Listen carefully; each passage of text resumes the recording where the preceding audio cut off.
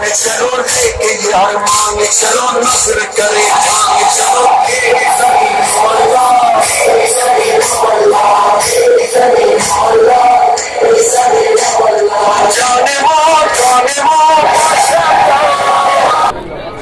जी नाज़रीन असीं मौजूद आहियूं प्रेस ऑफिस चौक ते जितां मरकज़ी मातमी जुलूस जो गुज़र थी रहियो आहे।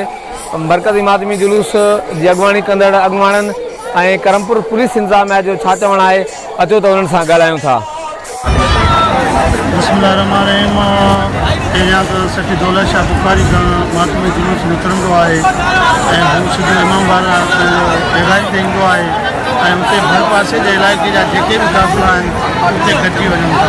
उतां पोइ वरी इहो जुलूस बरामद थिए थो, सिधो ई सिधो अचे थो मीर इमदाद अली खान जी जॻह ते उते मजलिस थिए थी, उतां वरी बरामद थिए थो सिधो मरकज़ी इमाम बारगाह आहे असांजी उन में अची निमाज़ पढ़ूं था। निमाज़ खां बाद में हींअर जुलूस निकितो आहे, सिधो हैदर चौक ते वेंदो, उते क़याम कंदो, उते वरी पोइ मजलिस अदा थींदी। जी जा कल असां वटि 9 तारीख़ मोरे ॻोठ में मातम आज़ादारी हुई। अलाह जी महिरबानी सां 5-8 साल खां वठी उहा एज़ाज़ शुरू आहे। हुन में तव्हां कोन आहियो, बल्कि हाणे बि तव्हां जूं वॾियूं वॾियूं महिरबानियूं न्यूज़ वारनि जूं। हीअ आज़ादारी तमामु पुराणी आहे, तक़रीबन 70 साल थियो आहे, सम्झी साईं। ऐं हीअ असांजे वॾड़नि मोमिननि सादातनि जो हिननि में हिसो हुयो ऐं हीअ सिलसिलो इंशाअल्लाह क़यामत ताईं हलंदो। ख़ासि करे हीअ जेको पैगाम आहे, हीअ ख़ुसूसन हक़ जो पैगाम आहे, हीअ निमाज़ जो पैगाम आहे, हीअ अल्लाह जे सिरात मुस्तक़ीम जो पैगाम आहे। हिन खे इमाम हुसैन करबला तो ई अंजाम ॾिनो। हिन खे इमाम हुसैन अलैहिस्सलाम करबला खां बाद में साइण ज़ैनब कुबरा आलिया सलामुल्लाह अलैह ख़ुतबा पढ़िया, दरबार यज़ीद में ख़िताब फरमायो त अल्लाह जो जेको हक़ आहे, अल्लाह जो जेको दीन आहे, अल्लाह जो जेको हुकुम आहे उहो सिरात मुस्तक़ीम आहे। असां मोमिन हिन वक़्तु सुन्नत अदा जेका ही कयूं था, हीअ जेका आज़ादारी कयूं था, सीनाज़नी कयूं था, इहा सुन्नत जनाब सैयदा ज़ैनब सलामुल्लाह अलैहा।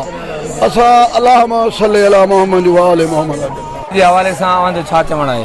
बिस्मिल्लाहिर्रहमानिर्रहीम। जीअं त बेगारी पुल खां जुलूस उतो निकितो, जंहिंमें 2-3 ॻोठनि जा जुलूस ईंदा आहिनि ऐं उतो निकिरी करे हाणे अची पहुतो आहे इमाम बारगाह ते, जिथे निमाज़ हुननि अदा कई आहे।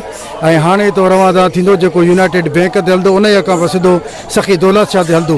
ऐं मोहरम हराम मौला हुसैन जी ड्यूटी असां दिलि सां ऐं पंहिंजे दिलि ऐं ख़ुलूस सां करे आहियूं। इंशाअल्लाह सिक्योरिटी तमामु सख़्तु आहे ऐं इंशाअल्लाह दिलि लॻाए ड्यूटी कंदासीं। अल्लाह कंदो, कोई बि नाख़ुशगवार वाक़ियो न थींदो। इहा हाली मदद। जी नाज़रीन, मरकज़ी मातमी जुलूस जी अॻुवाणी कंदड़ मोमिननि जो चवणु हो त हीउ जेको मरकज़ी मातमी जुलूस आहे उहो सखी दौलत शाह बुखारी जी दरगाह तां बरामद थियो, जेको शहर जे मुख़्तलिफ़ रस्तनि खां थींदो इमाम बारगाह ते पहुतो, जिते ज़ोर जी निमाज़ अदा कई वई। इन खां पोइ जेको मरकज़ी मातमी जुलूस आहे उहो पंहिंजी अॻी जेका मंज़िल तरफ़ रवानो थी वियो आहे। ॿिए तरफ़ सिक्योरिटी जे हवाले सां करमपुर पुलिस जो चवणु हो त असीं जेका मरकज़ी मातमी जुलूस खे फुल प्रूफ सिक्योरिटी ॾिनी आहे। जुलूस जे अॻियां पोयां ऐं पासनि सां पुलिस अहलकार गॾु बीठल आहिनि ऐं उन्हनि जी उमेदु ज़ाहिर कई त हीअ शाम ताईं जेको मरकज़ी मातमी जुलूस आहे उहो सखी दौलत शाह बुखारी जी दरगाह ते नहर थी वेंदो। कैमरामैन टीम सां गॾु Javed Usman Bijani, JTN web news, Karampur.